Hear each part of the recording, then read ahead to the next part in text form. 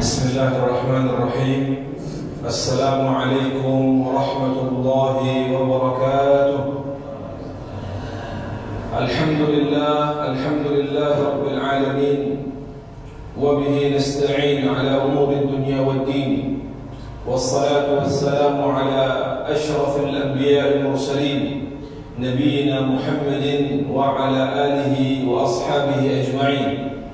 يقول الله تبارك وتعالى في كتابه الكريم: أعوذ بالله من الشيطان الرجيم. يا أيها الذين آمنوا اتقوا الله حق تقاته ولا تموتن إلا وأنتم مسلمون. يا أيها الذين آمنوا اتقوا الله وقولوا قولا سديدا يصلح لكم أعمالكم ويغفر لكم ذنوبكم، ومن يطع الله ورسوله فقد فاز فوزا عظيما. سبحانك لا علم لنا إلا ما علمتنا إنك أنت العليم الحكيم. اللهم علمنا ما ينفعنا وانفعنا بما علمتنا وزدنا علما يا رب العالمين. أما بعد، ikhwatul iman, kaum muslimin dan muslimat, saudara-saudaraku jamaah salat zuhur yang semoga senantiasa dirahmati, diberkahi dan dimuliakan oleh Allah Subhanahu wa taala. Alhamdulillah, segala puji bagi Allah Subhanahu wa taala Rabbul Izzati wal Jalal, yang sekali lagi atas limpahan nikmat, rahmat, karunia dan idzinnya kembali kita bisa hadir di majlis yang mulia ini fi baitin min buyutillah, dalam rangka menunaikan kewajiban kita kepada Allah dan dilanjutkan sejenak untuk kita saling nasihat-menasihati untuk menghilangkan ketidaktahuan kita pada urusan agama Allah, bertafaqquh fid din. Semoga apa yang kita lakukan ikhwatul iman diterima oleh Allah Subhanahu wa taala, dicatat sebagai amal saleh dan menjadi wasilah insyaallah dimudahkannya kita masuk ke dalam surganya. Amin amin ya rabbal alamin. Salawat dan salam semoga selalu tercurah dilimpahkan kepada manusia terbaik, qudwah hasanah kita, Nabi besar Muhammad sallallahu alaihi wa alihi wasallam, beserta para istri beliau, keluarga, sahabat dan pengikutnya hingga akhir zaman insyaallah.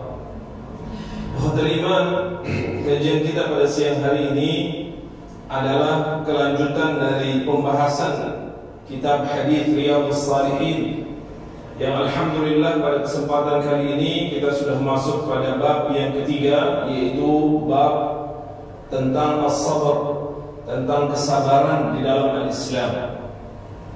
Sekarang kita masuk pada hadis yang ke-27 dalam bab yang ketiga ini. Saya bacakan hadisnya. Bismillahirrahmanirrahim.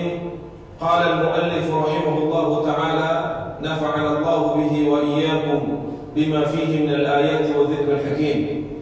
Wa 'an Abi Yahya Suhaib ibn Sinan radhiyallahu anhu qala قال رسول الله صلى الله عليه وسلم عجبا لأمر المؤمن إن أمره كله له خير وليس ذلك لأحد إلا للمؤمن إن أصابته سراء شكر فكان خيرا له وإن أصابته ضراء صبر فكان خيرا له.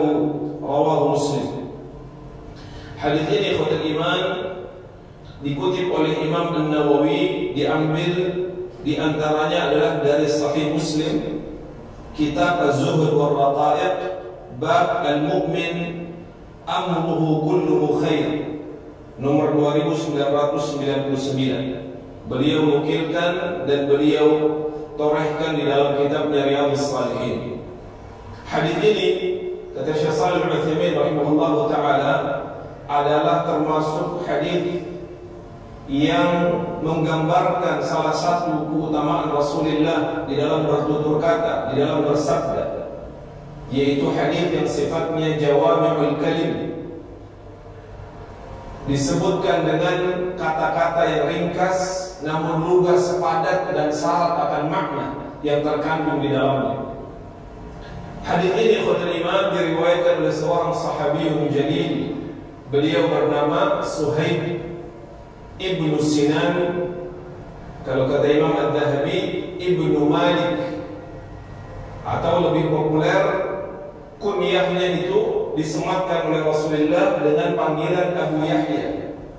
Sehingga kalau kita baca dalam nama panjang beliau adalah Abu Yahya Suhaib ibnu Sinan ibnu Malik. Sebagian ulama menisbahkan nama beliau dengan sebutan Ar-Rumi. Dan Ar-Rumi ini sudah barang tentu kita tahu nisbah kepada satu tempat, yaitu Rum. Bahkan ada salah satu surah dalam Al-Quran namanya surah apa?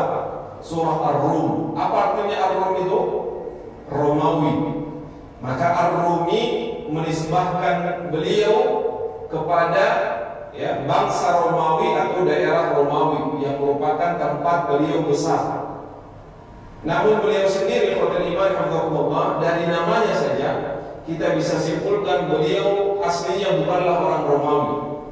Beliau dilahirkan di dekat kota Basrah yang pada saat itu merupakan kekuasaan dari bangsa Persia. Namun di umur 5 tahun kemudian daerah tersebut diserang dan dikuasai oleh bangsa Romawi. Kebetulan pada saat itu ayahnya bekerja sebagai seorang hakim, seorang qadhi, yang kemudian ditempatkan oleh pemerintahan Persia. Karena pada saat itu yang merupakan kekuatan besar ada dua negara atau kemudian kekuatan adidaya, yang di barat dikuasai oleh Romawi dan di timur dikuasai oleh Persia. Walaupun ada kekuatan-kekuatan besar lainnya seperti kekuatan Habasyah dan seterusnya, namun yang diperhitungkan pada kancah kekuatan perpolitikan dunia pada saat itu ada dua, yaitu Romawi dan Persia. Nah, ketika kemudian Romawi menyerang daerah Basrah dan kemudian dimasukkan ke dalam daerah kekuasaannya, orang-orang yang bekerja di bawah pemerintahan Persia pada saat itu ditawan dan sebagian besar di antara mereka dijadikan sebagai budak. Nah, termasuk di antaranya yang diambil dan dijadikan sebagai budak adalah Suhaib ibnu Sinan ibnu Malik Ar-Rumi. Lalu kemudian beliau dibawa ke pusat pemerintahan Romawi di Bizantium sana, dan kemudian diperdagangkan layaknya barang dari satu orang ke orang lainnya. Maka beliau tumbuh berkembang di daerah tersebut sehingga lisannya, bahasa yang beliau tekuni pada saat itu adalah bahasa Romawi. Sehingga kata Umar bin Khattab radhiyallahu anhu, "Wahai Suhaib, saya tidak mengenalmu kecuali karena beberapa hal. Di antaranya adalah engkau mengaku sebagai orang Romawi, padahal dari sisi perawakan engkau tidak seperti orang Romawi. Namun dari sisi lisan, perkataanmu, bahasamu itu tidaklah fasih di dalam menggunakan bahasa Arab. Artinya lebih dominan lahjah Romawi yang kemudian beliau jadikan sebagai bahasa utamanya pada saat itu. Sampai akhirnya di umur sekitar 18 tahun beliau ditakdirkan oleh Allah Subhanahu wa taala dibawa oleh seorang pedagang budak begitu ke daerah Makkah, dan kemudian dibeli oleh seorang saudagar kaya raya di Makkah yang bernama Abdullah bin Jad'an. Sehingga beliau kemudian dipekerjakan sebagai seorang pedagang. Dan ternyata Suhaib bin Sinan Ar-Rumi ini memiliki kecerdasan di atas rata-rata pemuda-pemuda sebayanya.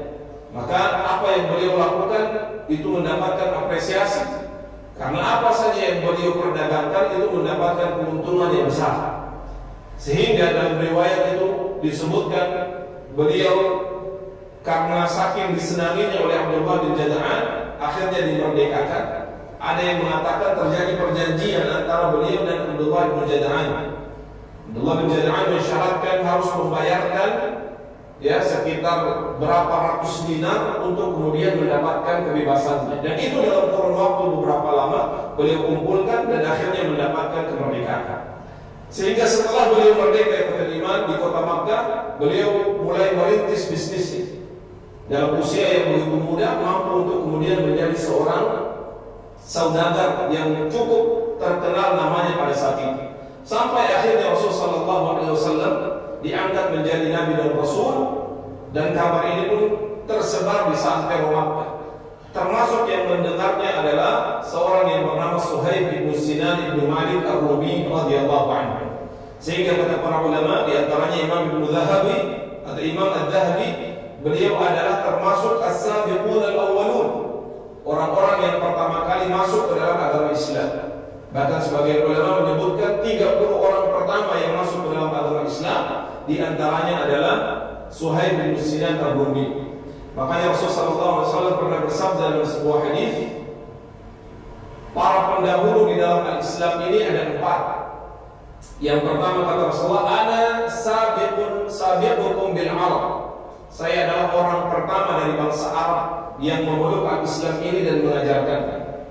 Yang kedua kata Rasulullah, wa Bilal sabiqukum bil Habasyah. Bilal adalah orang yang pertama yang mengenal Islam dari bangsa Habasyah.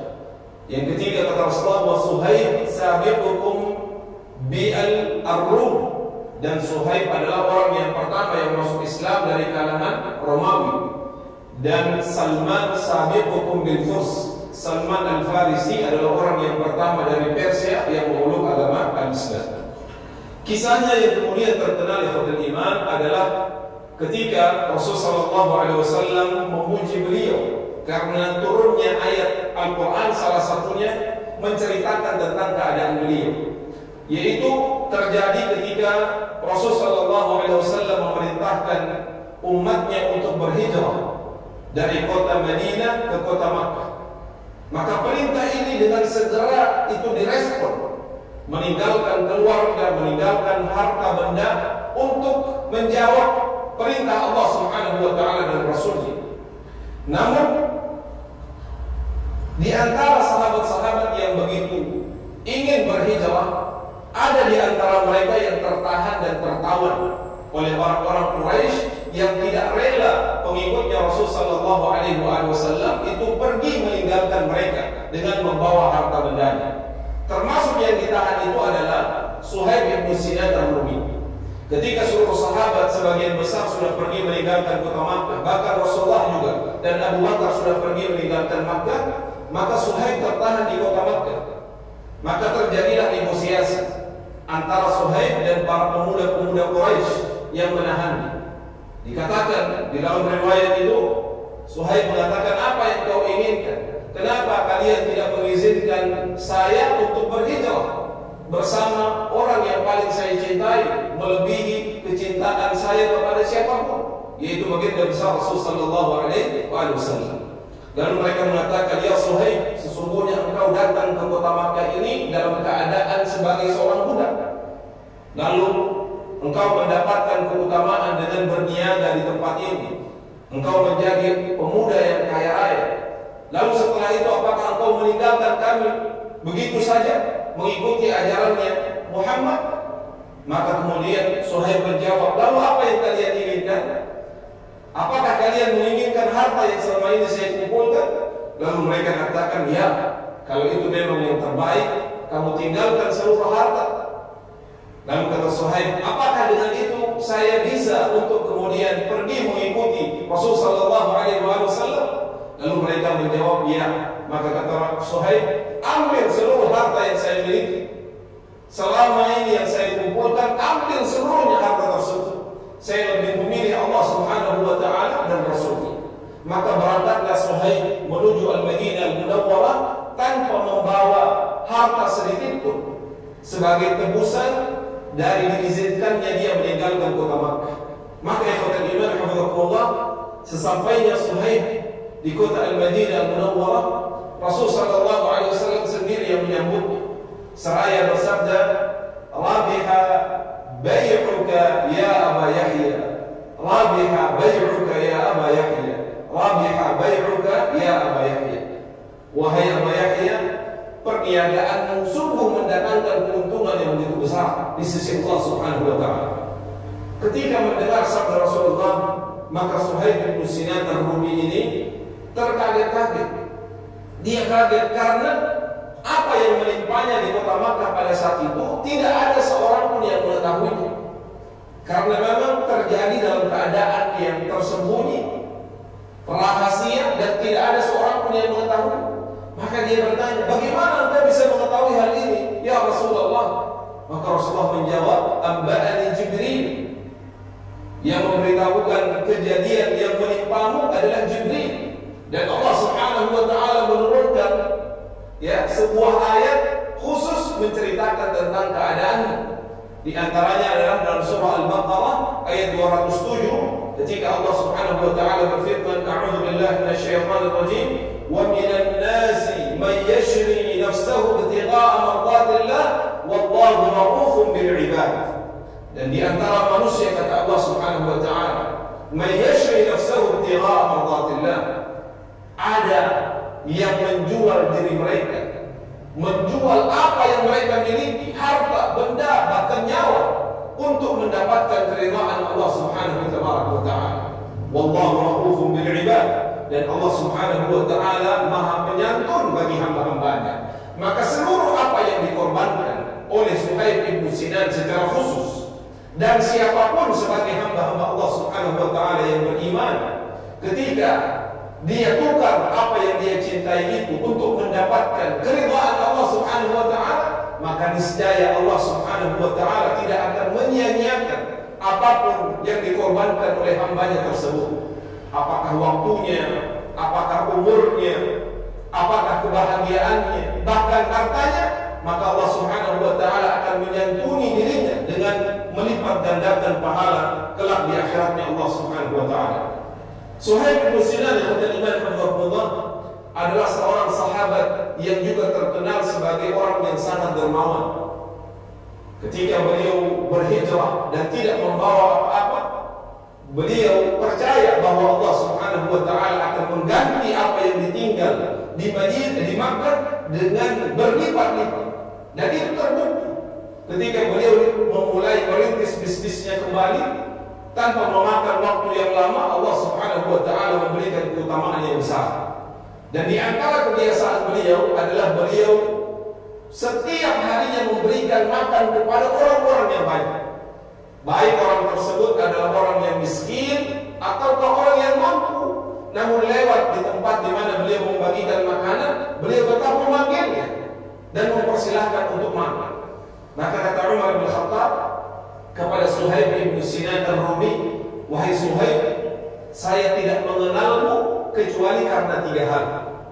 Yang pertama, karena engkau mengaku sebagai orang Romawi, padahal wajahmu tidak seperti orang Romawi. Jadi disebut Suhaib Ar-Rumi, padahal kalau lihat tampangnya bukan orang Romawi.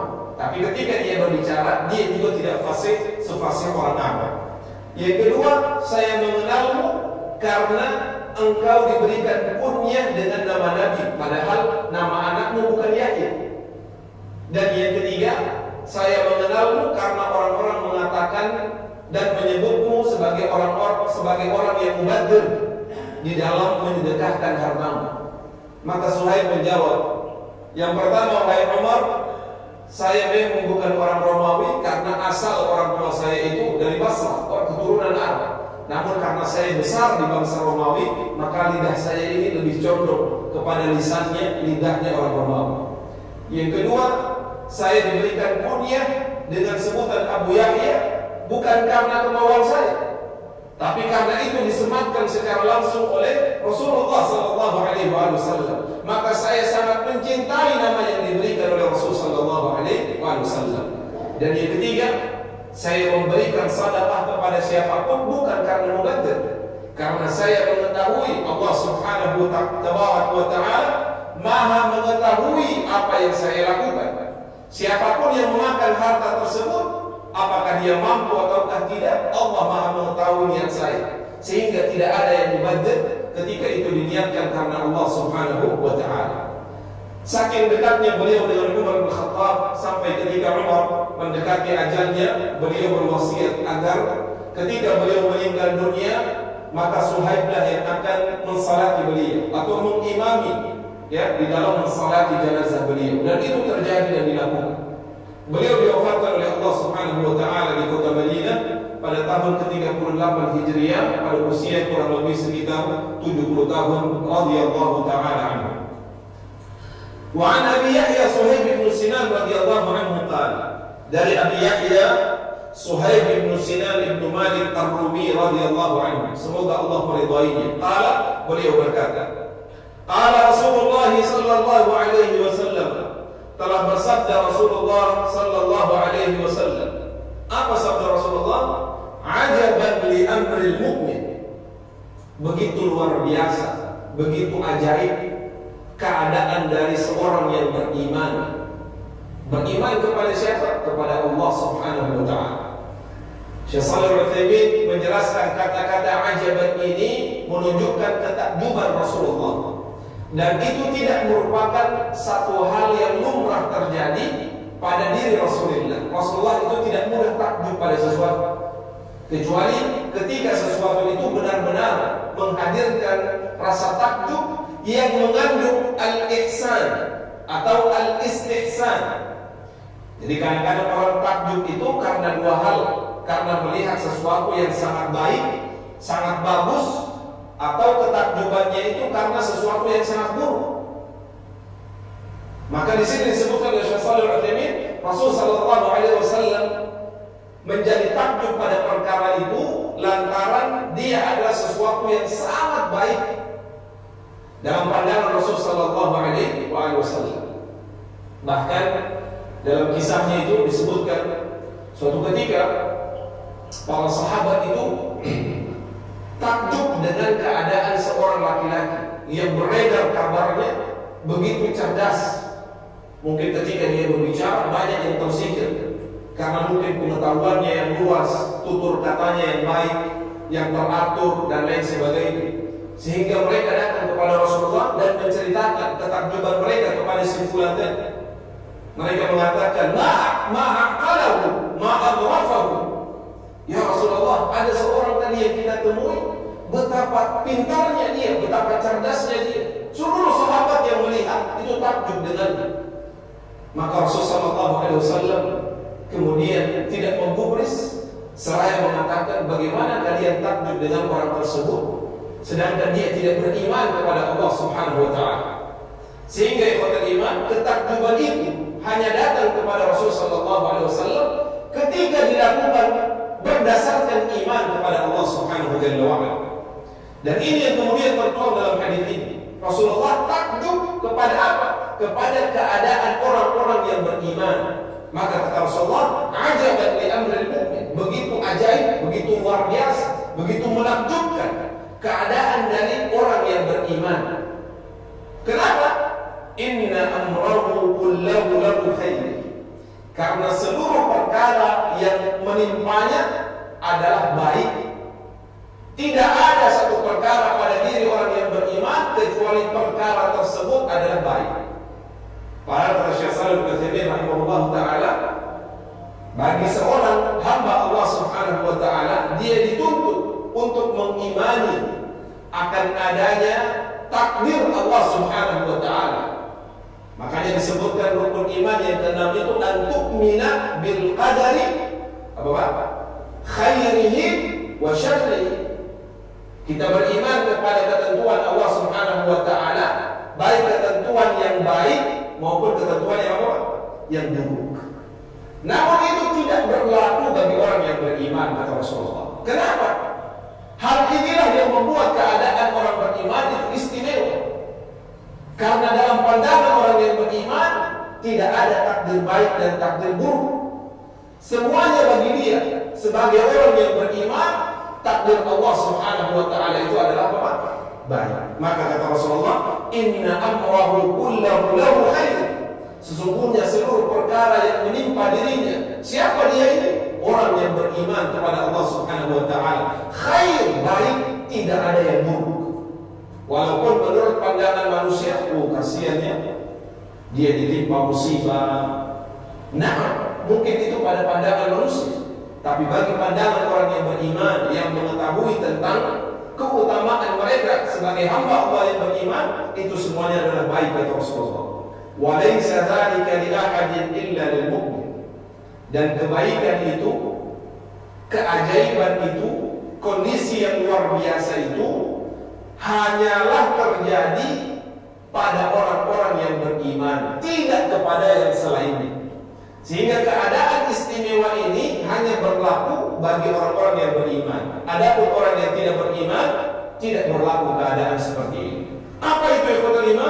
Kata Rasulullah sallallahu alaihi wasallam, "In asabathu sarra syakara fakana khairan lahu." Apabila dia ditimpa keadaan yang sarra, yang membahagiakan, yang menyenangkan, yang membuat hatinya berbunga-bunga, bahagia, maka dia tidak menjadi jumawa, menjadi sombong.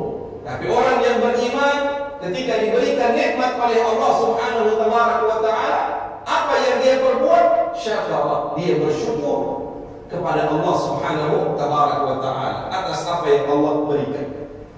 Ketika dia lulus ujian, maka yang dia puji bukan kemampuan dirinya, tapi yang dipuji adalah Allah Subhanahu wa taala. Dia bersyukur, ya Allah, alhamdulillah Engkau telah memudahkan ujian ini bagiku.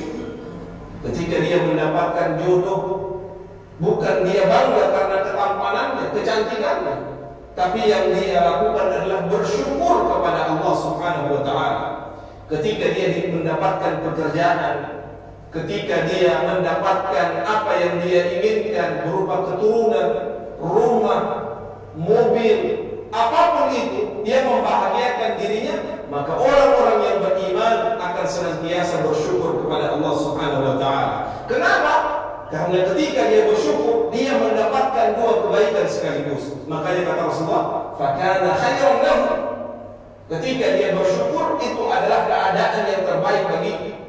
Kebaikan yang pertama adalah kebaikan secara duniawiyah, yaitu dia merasa bahagia atas apa yang Allah karuniakan. Dan yang kedua, kebaikan dari sisi diniyah, agama, yaitu dalam bentuk kesyukurannya kepada Allah Subhanahu wa taala. Karena bagi orang-orang yang bersyukur kepada Allah, Allah Subhanahu wa taala akan lipat gandakan apa yang Allah berikan kepadanya. La in syakartum la azidannakum. Lalu kata beliau, kata Imam Rahimahullah, namun kesyukuran yang sejati itu tidak hanya kesyukuran yang dilakukan dengan melafazkan rasa syukur itu dengan lisan. Tidak cukup. Jadi kata beliau, belum disebut orang tersebut bersyukur ketika dia hanya mengucapkan dengan lisannya, alhamdulillah, syukur, saya bersyukur kepadamu ya Allah atas apa yang kau berikan. Belum cukup. Karena esensi dari kesyukuran itu adalah ketika dia menggunakan apa yang Allah Subhanahu wa taala berikan dari nikmat-nikmat yang dia terima untuk semakin mendekatkan dirinya kepada Allah Subhanahu wa taala. Sehingga ketika kita ingin mengukur diri kita ini sudah bersyukur atau belum kepada Allah Subhanahu wa taala, lihat pada tingkat ibadah dan kedekatan kita kepada Allah Subhanahu wa taala. Ketika semakin banyak nikmat kita yang kita terima, semakin membuat diri kita dekat dengan Allah, semakin membuat diri kita rajin dalam melakukan ibadah yang wajib maupun ditambah dengan yang sunnah. Yang tadinya hanya salat 5 waktu, masya Allah, ketika naik jabatan dia tambahkan dengan melakukan salat sunnahnya, qabliyah, ba'diyahnya, masya Allah. Berarti dia sedang bersyukur atas nikmat yang Allah Subhanahu wa taala berikan. Naik gaji lagi, dia hidupkan salat malamnya. Naik gaji lagi, dipanjangkan waktu bermunajat kepada Allah Subhanahu wa taala. Maka setiap nikmat itu ditambahkan oleh Allah Subhanahu wa taala, dia bisa menjadi pribadi yang syakirin atau pribadi-pribadi yang kafirin. Syukur terhadap nikmat Allah atau kufur kepada nikmat Allah Subhanahu wa taala. Itulah mengapa ya kata Imam Hafizahullah Umar bin Khattab radhiyallahu anhu ketika kemudian mampu untuk hidup dalam kemewahan, beliau tidak mau melakukannya karena khawatir dari sisi ibadahnya belum sesuai dengan apa yang Allah Subhanahu wa taala berikan kepada beliau. Sekali Umar bin Khattab radhiyallahu anhu yang keimanannya begitu luar biasa diakui, bahkan termasuk al-'asyrah, 10 orang al-mubasysyirin bil jannah yang dijaminkan syurga oleh Allah Subhanahu wa taala, masih khawatir termasuk orang-orang yang kufur kepada nikmat Allah. apabila nikmat yang beliau terima tidak menjadikan beliau semakin dekat kepada Allah Subhanahu wa ta'ala. Maka yang beriman, ini menjadi poin besarnya, bahwa kita yang mengaku beriman kepada Allah Subhanahu wa ta'ala bisa menjadi orang-orang yang menakjubkan apabila semakin ditambah nikmat oleh Allah Subhanahu wa ta'ala, kita semakin bersyukur. Ukurannya apa bersyukur? Semakin kita diberikan nikmat, maka semakin membuat kita dekat dengan Allah. Semakin kita diberikan nikmat, semakin membuat kita memperbanyak kualitas dan kuantitas ibadah kita kepada Allah Subhanahu wa ta'ala. Selanjutnya yang iman yang terakhir, kata Rasulullah, wa in asabathu dharra sabara fakana khairan lahu. Dan ini merupakan inti dari bab as-sabar ini. Kemudian yang kedua kata Rasulullah sallallahu alaihi wasallam, wa in asabathu dharra, dan jika dia ditimpakan sebuah dharra. Dharra artinya adalah sesuatu yang tidak dia sukai. Apakah itu dalam bentuk keadaan, penyakit, musibah, atau sebuah situasi di mana dia tidak menyenanginya, itu yang kemudian disebut dengan dharra. Maka apa yang dia lakukan di ikhwatul iman? Sabar. Dia akan senantiasa bersabar. Bersabar atas segala apa yang Allah Subhanahu wa ta'ala tentukan. Karena bagi orang-orang yang beriman, dia mengetahui seandainya dia tidak bersabar sekalipun, keadaannya akan sama. Orang yang ketika berjalan sudah hati-hati, tiba-tiba tertabrak juga, maka dia dihadapkan pada dua pilihan pada saat itu. Dia marah-marah, meluapkan emosinya, atau bersabar. Ketika dia marah-marah, apakah juga merubah keadaan menjadi tidak tertabrak? Jawabannya tidak. Tetap sakit atau tetap masuk rumah sakit. Hanya saja umpatan-umpatan yang dia keluarkan bisa menjadikan dirinya semakin buruk, baik di hadapan Allah Subhanahu wa ta'ala maupun di hadapan sesama manusia. Tapi ketika dia memilih untuk bersabar, dan juga dia akan mengalami hal yang sama, tetap merasakan sakit dan seterusnya, namun dalam kesabaran yang dia hadirkan akan mendatangkan pahala yang begitu besar di sisi Allah Subhanahu wa ta'ala. Maka walaupun dia dalam keadaan yang terpuruk, dalam keadaan di mana orang menganggap itu adalah sebuah musibah, namun bagi dia ini adalah sebuah peluang untuk mendapatkan kebaikan yang begitu besar di sisi Allah Subhanahu wa ta'ala. Maka kata Syekh Shalih Al-Utsaimin, apabila dia bersabar atas apa yang telah Allah Subhanahu wa ta'ala tentukan, dia akan mendapatkan darajatus shaimin, derajatnya orang-orang yang berpuasa, yaitu mendapatkan balasan Allah tanpa ada batasannya. Innama yuwaffas sabiruna ajrahum bighairi hisab. Yang kedua, kata iman, orang-orang yang bersabar atas apa yang Allah Subhanahu wa ta'ala tentukan atasnya, dia akan mendapatkan ma'iyatullah, kebersamaan Allah Subhanahu wa ta'ala. Dia juga akan mendapatkan keridhaan Allah Subhanahu wa ta'ala. Dan dia juga akan mendapatkan kebaikan-kebaikan yang akan Allah Subhanahu wa ta'ala segerakan di dunia, atau Allah Subhanahu wa ta'ala akan akhirkan, akan Allah Subhanahu wa ta'ala tabung untuk dia dapatkan kelak di akhirat nanti.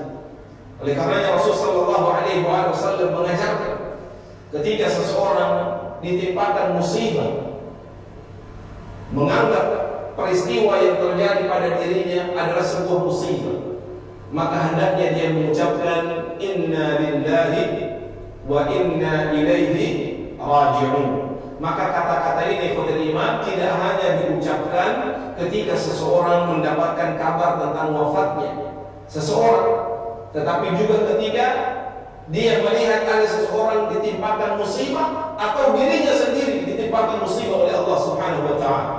Maka dia mengucapkan kalimat ini, al-istirja', inna lillahi wa inna ilaihi raji'un. Kemudian dilanjutkan, Allahumma ajirni fi musibati wa akhlif li khairan minha. Ya Allah, berikanlah ganjaran, berikanlah pahala pada musibah yang menimpaku ini, dan gantilah apa yang kau ambil itu dengan sesuatu yang lebih baik. Ketika dia kehilangan kendaraan, sepeda contohnya, dia baca doa ini, biiznillah Allah Subhanahu wa taala akan gantikan dengan jauh yang lebih baik. Apakah dengan motor, dengan mobil, atau kalau Allah Subhanahu wa taala melihat bahwa itu tidak cukup baik untuk dirinya, Allah Subhanahu wa taala akan kumpulkan hal tersebut kelak di akhirat untuk kemudian memasukkan dia ke dalam surganya Allah Subhanahu jalla wa ala. Oleh karenanya ikhwatul iman, benarlah kata Rasulullah bahwa keadaan orang yang beriman itu akan senantiasa dalam keadaan baik. Yaitu kapan dia menjadi baik dalam setiap keadaan? Apabila dia melakukan dua hal ini. Dia senantiasa bersyukur ketika diberikan nikmat oleh Allah Subhanahu wa taala, dan inti kesyukuran itu bukan hanya ketika mengucapkan alhamdulillah, tapi dari perbuatan yang semakin dia diberikan nikmat, semakin mendekatkan dirinya kepada Allah Subhanahu wa taala. Dan yang kedua, dia senantiasa bersabar ketika ditimpakan sesuatu yang menurut pandangan manusia itu buruk, karena di dalam kesabaran banyak kebaikan-kebaikan yang Allah Subhanahu wa taala siapkan, baik kebaikan di dunia maupun kebaikan di akhiratnya Allah Subhanahu wa taala. Mudah-mudahan ikhwatul iman ada manfaatnya apa yang kita sampaikan. Kita lanjutkan insyaallah pada pertemuan berikutnya. Kita tutup dengan doa majlis. Subhanakallahumma wa bihamdika asyhadu an la ilaha illa anta astaghfiruka wa atubu ilaik. Aqulu qawli hadha wa astaghfirullah li wa lakum wa fawqa kulli dhi 'ilmin 'alim. Wa sallallahu ala nabiyyina Muhammadin wa ala alihi wa sahbihi wasallam wa akhiru da'wana alhamdulillahi rabbil alamin. Assalamu alaikum